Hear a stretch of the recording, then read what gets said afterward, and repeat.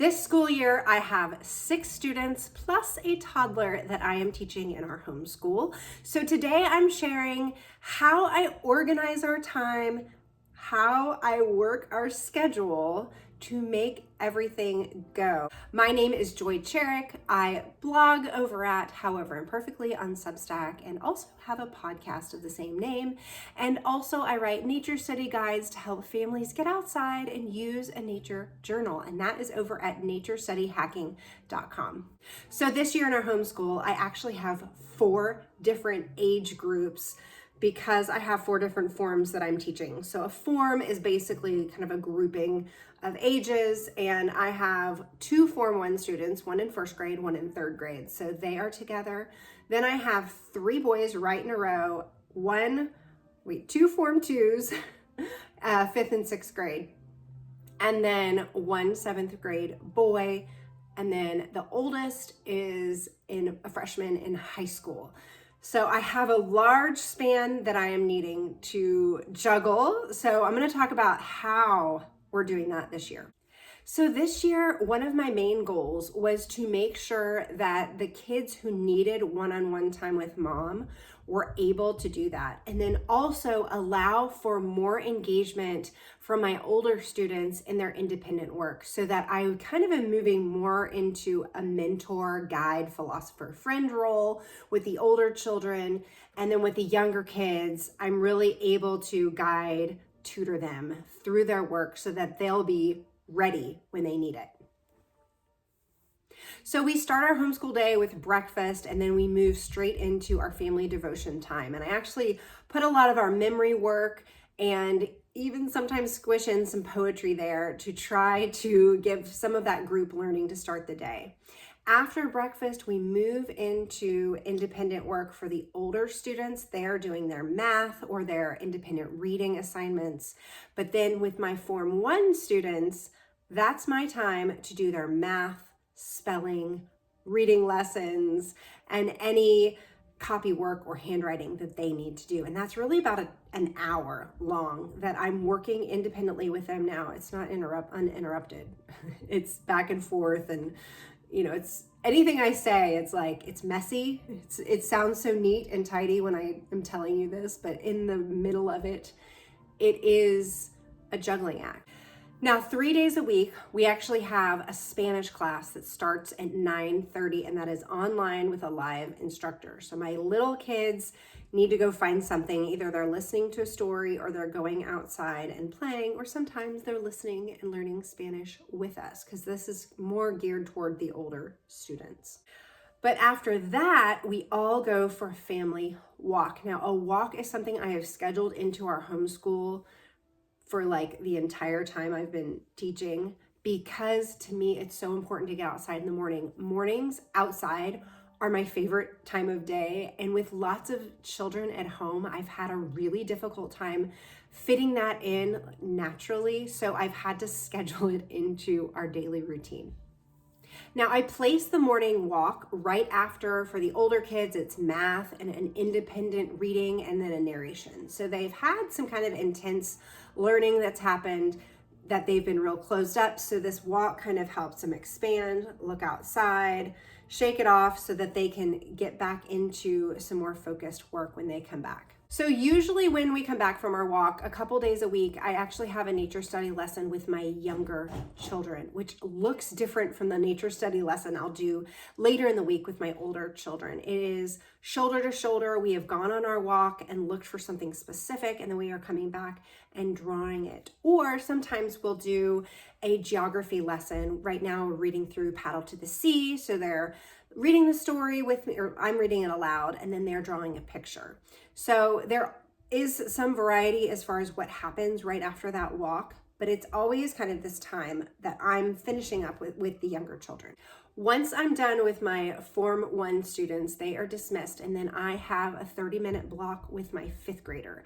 He needs spelling, mathematics, and piano tutoring, and really, it's about 15 minutes of spelling, 5 to 10 minutes of math fact drilling, and 5 to 10 minutes of just me sitting down going over his piano assignments with him. This has allowed him to make huge strides in just a short amount of time. And notice I'm implementing Charlotte Mason's idea of short lessons, moving from one thing to the next. And then it actually has really done beautifully for him to build on that. And just his piano teacher is like, whatever you're doing, keep doing that. Because he has a much more active mind and a more active body. So it was harder for him to focus, but if I was sitting right there with him and it was more interactive, he got more out of it, I got more out of it, I got a special time with him. It was great. Now for spelling with my 5th grader, I tried the Charlotte Mason method of teaching spelling and I don't think I was doing it right. So what I ended up doing was I went with IEW's Phonetic Zoo.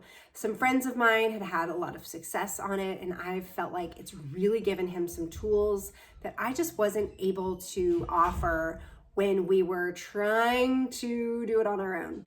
So 4 days a week, we have a traditional morning time, which is actually pretty short now. It used to be super long when I had more small children who weren't, and kind of we were all grouped together, probably when my oldest was 4th grade and younger.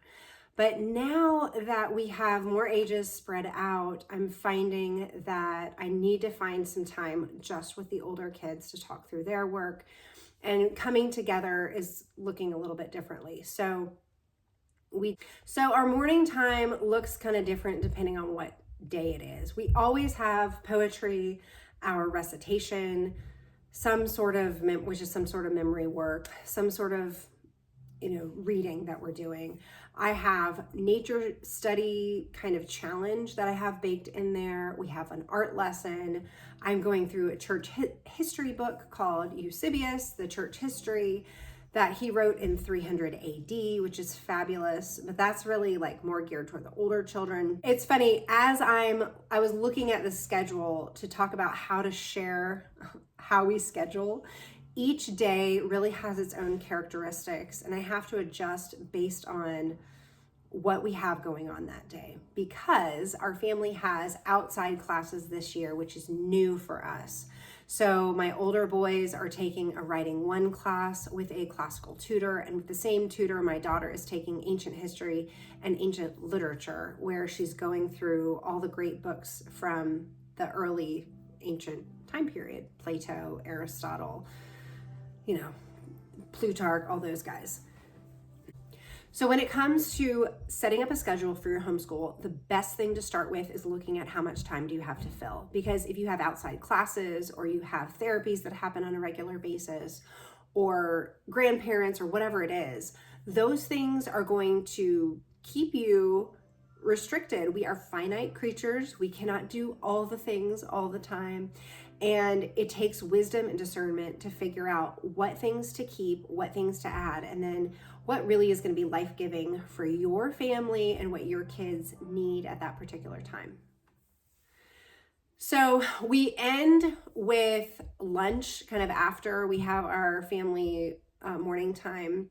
And then sometimes, some days, it just depends on the day, we have maybe another one-on-one time with mom, or 2-on-1, where I have like ourselves. I'm going through the Charlotte Mason's book ourselves with my older 2 students. And so that happens while the younger ones are eating lunch. It just kind of depends on the day. And then last semester, we continued our 2-family co-op, and that happened on Monday mornings before our girls went to their literature and history class. So that has been a wonderful, life-giving kind of job share, where my friend is teaching science and some other things, where I'm teaching art, and then we're combining kind of the morning time stuff with our hymn study, our picture study, and then also our composer study that we're alternating. So my biggest takeaway is, when you're looking to create your own schedule for your family, look at what your current family schedule looks like. What time do you wake up? What time do you eat breakfast? What time do you usually eat lunch? What appointments or things do you have going on during the week? And then also, what time of day are you the best? And you do need to consider when your children are the best, but for me, I am the freshest in the morning. I am going to do the best getting everything done first thing, and I am not that great in the afternoon. So if I need to do high idea relational work in the afternoon, I'm really dragging. So I have really had to learn flexibility this year because we've had a lot of family life things that just pop up out of, different in areas of interest, different trips that we've needed to take to see family. Life happens, and for me, having a good plan allows me to be flexible because I understand where to give and where to take. But also it can cause me a little bit of anxiety because I love to control the situation, and that is not reality with a large family. So the Lord is growing me in that area as well. But I think it's really important to remember that we are trying to cultivate relationships with our children. We are trying to bring our children into relationship with beautiful ideas and order their affections toward the things that are lovely and good and true. And we are really trying to figure out how to give our children an education unlike the one that we receive. Well, I would love to hear how you create your schedule for your homeschool. If you have any tips or tricks, please leave them in the comments. If you have any additional questions, let me know. Thanks so much for watching, and I'll see you next time.